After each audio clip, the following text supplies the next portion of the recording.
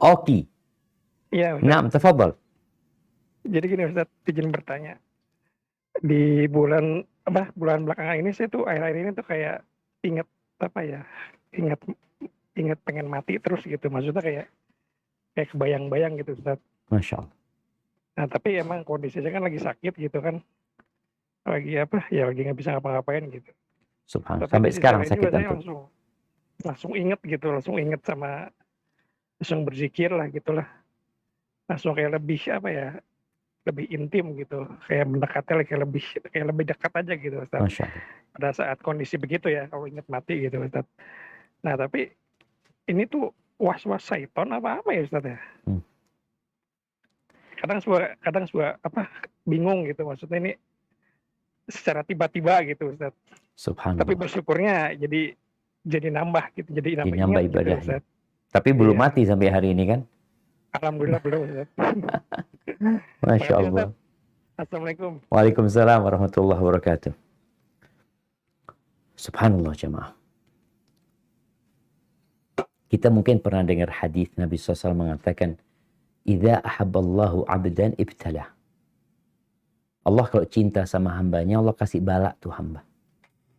Karena biasanya orang kalau dikasih bala, baik berupa penyakit, kekurangan harta, masalah, dia akan sadar bahwasanya dunia ini bukan segala-galanya loh.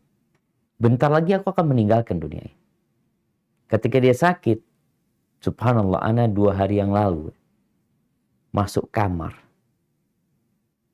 Anak kayak ngawang ya, kayak apa?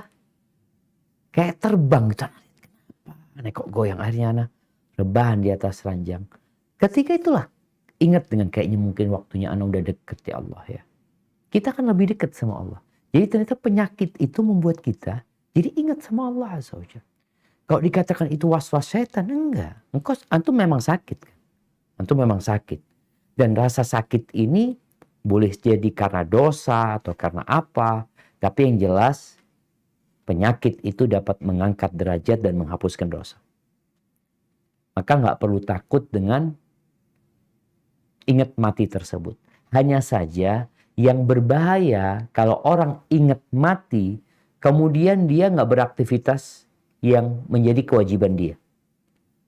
Contohnya orang ini kepala keluarga. Dia punya kewajiban memberikan nafkah kepada anak-anaknya, kepada orang tuanya, kepada istrinya. Dia nggak mau kerja. Kenapa? Aku ingat mati. Aku takut nanti di jalan tabrakan atau ini itu. Ini jadi was-was. Jadi ingat mati itu ada yang positif, ada yang negatif. Yang negatif inilah yang was-was dari setan. Tapi yang positif ketika orang itu semakin taat sama Allah, menjalankan kewajibannya. Karena kematian ini nggak tahu. Tadi Anda tanyakan kepada Mas Oki ini. Maksudnya sampai hari ini itu belum mati. Belum. Artinya kita nggak tahu umur kita kapan berakhir. Rasul Shallallahu Alaihi Wasallam mengingatkan kepada kita untuk selalu siap. Kun fid dunya ka'annaka gharib au abiru sabil. Hiduplah di dunia seperti orang asing. WNA. Dia selalu berpikir anak kontraknya bisa diputus, anak nggak lama di sini. Makanya banyak WNA kalau tinggal di sebuah negeri itu atau WNI yang tinggal di negeri orang itu, ya dia selalu berpikir anak nggak lama di sini. Dia selalu siap. Au gharib atau orang yang sedang transit. Au abiru sabil atau abiru sabil, orang yang sedang lewat aja gitu loh. Dia akan meninggalkan dunia ini. Maka apabila antum ingat mati, berdampak positif, membuat antum semakin taat sama Allah, tidak meninggalkan kewajiban-kewajibannya, membuat orang jadi minta maaf, kayaknya anak masih punya salah sama fulan, ya ini dan itu. Dan Nabi SAW memerintahkan, barang siapa yang punya kezaliman kepada saudaranya, falyatahallal minhul yaum. Hari ini segera dia itu minta dihalalkan gitu. Jadi insya Allah nggak ada masalah buat Mas Oki selama ingat matinya itu mengantarkan kepada ketaatan kepada Allah dan tidak membuat dia meninggalkan kewajibannya yang menjadi tugas dia.